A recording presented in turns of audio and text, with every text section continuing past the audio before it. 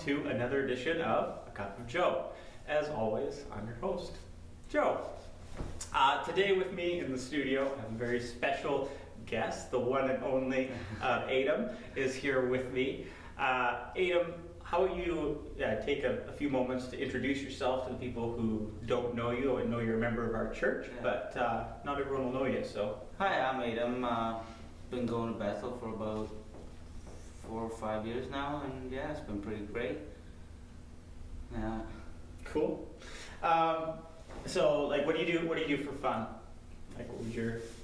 Not working. Not working. Amen to that. No, I play soccer and basketball, and play basketball for the school team and soccer for the club team. Unfortunately, COVID happened, so we couldn't go provincials for soccer, but...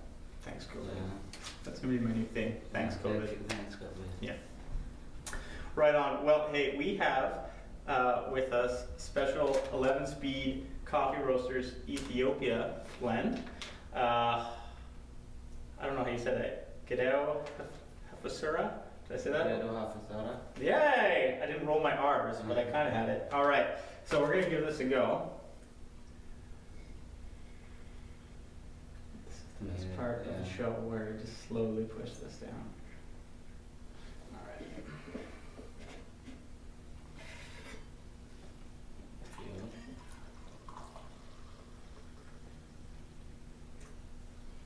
So now, before you take a drink, we have to inhale the aroma first.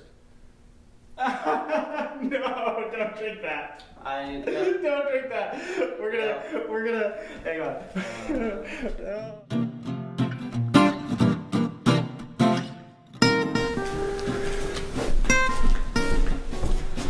Thank you, everyone. This commercial break has been brought to you by Coffee Mate. So here you go. Oh, thank you, sir. All right, let's give this round 2 here. You'll have to give it a good stir. Yeah.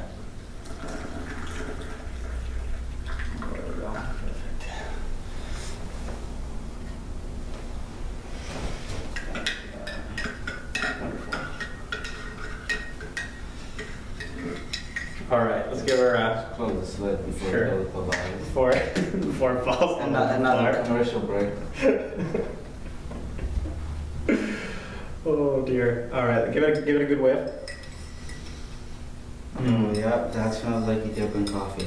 Smells good. There's like blueberry off the top there.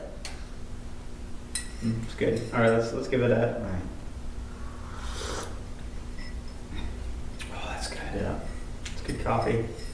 It's a good cup. Buy some. I wasn't paid to say that, by the way. All right. But anyways, now that you have your coffee, it's not curdled. No. We're ready to go. So if you've been following with Cup of Joe, you know, we've kind of been framing discussion around the sermon on Sunday. And this past Sunday, I talked about diversity and the importance of unity and diversity.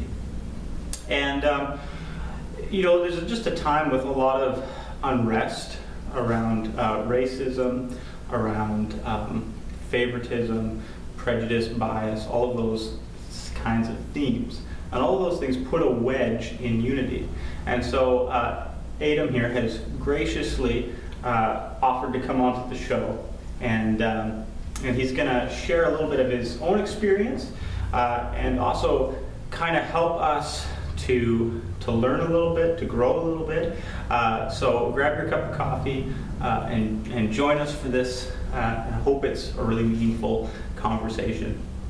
So Adam, you know, quite often I feel like as Canadians we sort of sometimes we just like sit back. It's like we're sitting back in our armchair, and we're just watching the U.S. burn, and we look over there and we're like, man, like racism is a problem over there.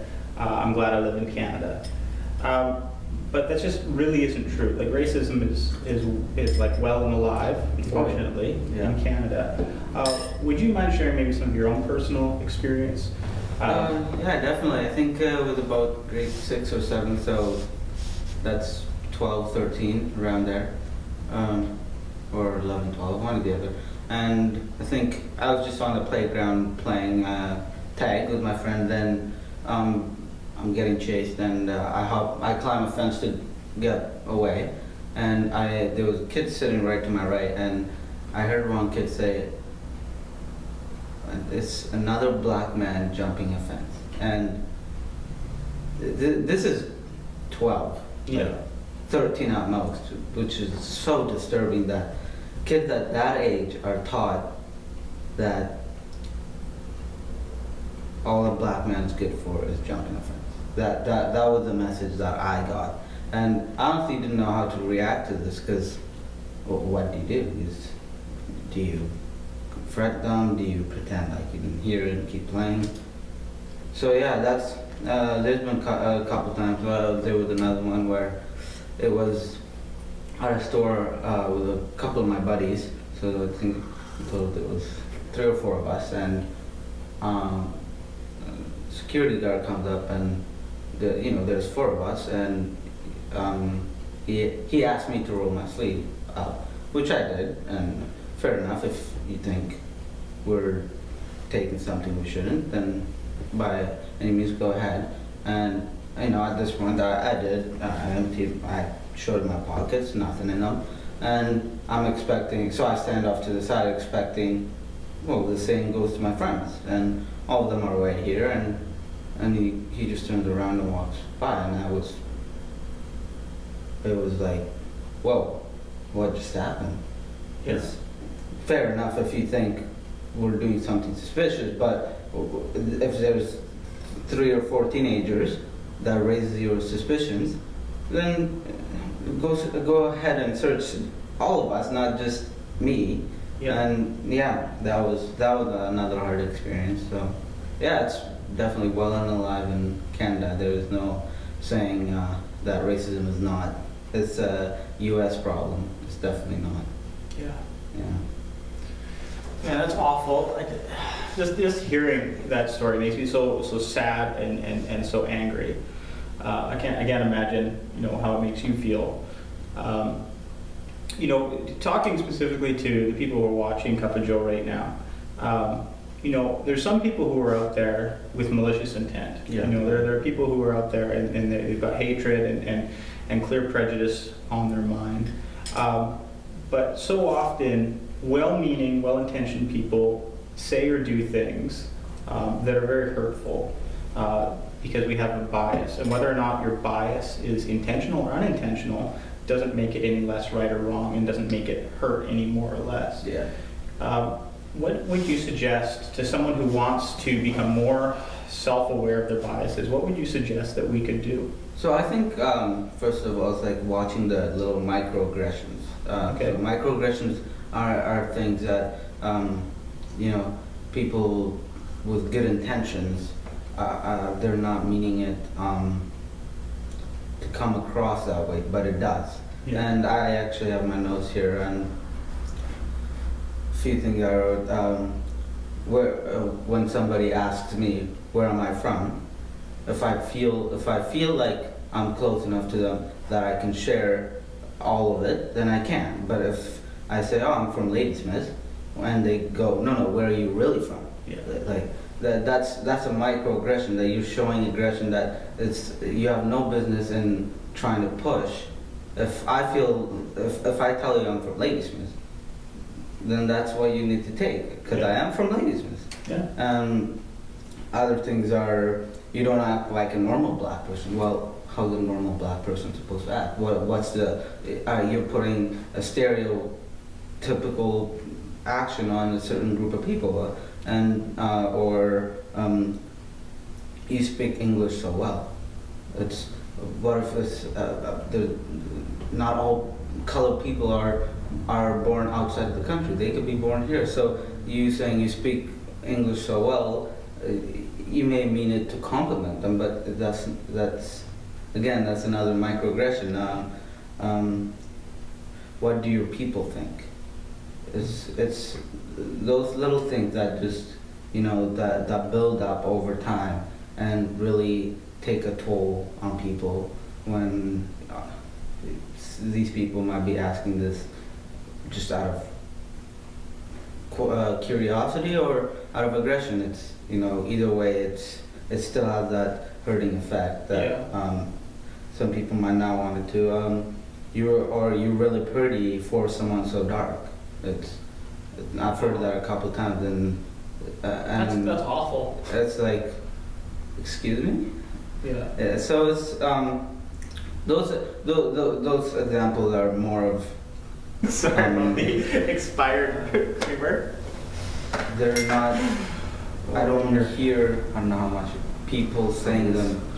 Like I haven't heard it from a congregation or something. But it's like if you were to ask some people that are saying those, if they were what their intentions were, they would tell you it's with good intentions. But nevertheless, Yeah. they still have that effect. Yeah. Yeah. Yeah. You know, we just have to be, so thoughtful and considerate to others. Oh, yeah. And a big part of that is educating ourselves, right? And thinking, taking the extra time to think about it, right? Like, if someone asks me where I'm from, like you said, I say I'm from Ladysmith. If the conversation goes that way, I'll say, well, I was from Penticton before that, but it usually doesn't. That's kind of how the conversation ends. And so that expectation, that double standard that we have, can be really damaging. Yeah, and when people say, I'm not racist, but, why do you need that but there if you're not racist? You don't need to add that there. Yeah. It's usually a way to say a racist statement is to say, I'm not racist, but, yeah. Or when people say, I don't see color. That's what I find. I find older generation that say that maybe don't like to face the problem head on. They just want to go along with the flow. But when they say I don't see color, to me, while we're all human, the systemic oppression of black people makes my experience way different than yours. So you're not recognizing my struggles and trials in this life for the color of my skin. You saying you don't see color, that actually is very offensive to me. Mm-hmm. You're saying everything is normal here. There's nothing wrong you're seeing. Yeah, just like just put everything underneath the rug. Exactly. Just group hug and forget all about it. Yeah. Yeah. Yeah. That's I hear that one a lot. I don't see color. Yeah. Thank you so much for helping to educate us, and hopefully, part of this, really the goal of this is a little bit of introspection, look at your own life and your own biases, and really evaluate where you're at. It's an uncomfortable experience, but it's one that we all need to do. Yeah, it's definitely a big problem, but there's not an easy solution to the problem. Yeah. And I want to segue off of that. Not an easy solution to a problem. How can the church, how can the body of Christ take a stand against racism, a stand against injustice, in a way that represents Jesus? So I think it's first of all, I think the church should stand up for these things, because we all know that Christianity is all about love, not hate, and racism is definitely not love, and at its finest. And I think even the littlest thing, it starts from way young. So when I'm saying at 12 years old, the kids making these comments, it had to start from somewhere.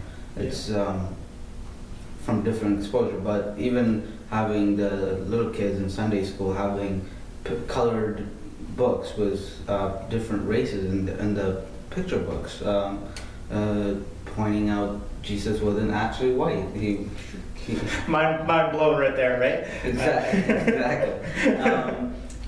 But if you were to ask what Jesus looked like to a 5-year-old and showed him 3 different pictures, and you showed him a white version and a color version, they would point out to the white one. Yeah, and right. Jesus is Norwegian, flowing blonde hair, right? Yeah, he definitely wasn't a Middle Eastern male. Not at all. And there's resources to even for different even pencil crayons, that there's like different shades of the skin colors, and they're not hard to access if you look for them. And yeah, I think it's just those little things we teach our kids.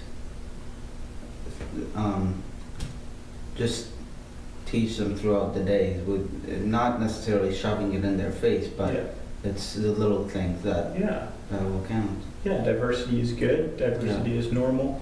You know, that we're all, you know, we're all human humans. race, yeah. We're all the human race. Adam, this has been an absolute joy. Thank you so much for being here. Well, thank you very much. Can we get a little Cheers. clink here? Cheers. Cheers. And yeah. Well, that's good coffee. It is. It is. Good coffee, good conversation. By the way, it came from where I was born too. Hey, Ethiopia, look at that. All right, well, friends, thank you so much for joining us. As always, this has been A Cup of Joe.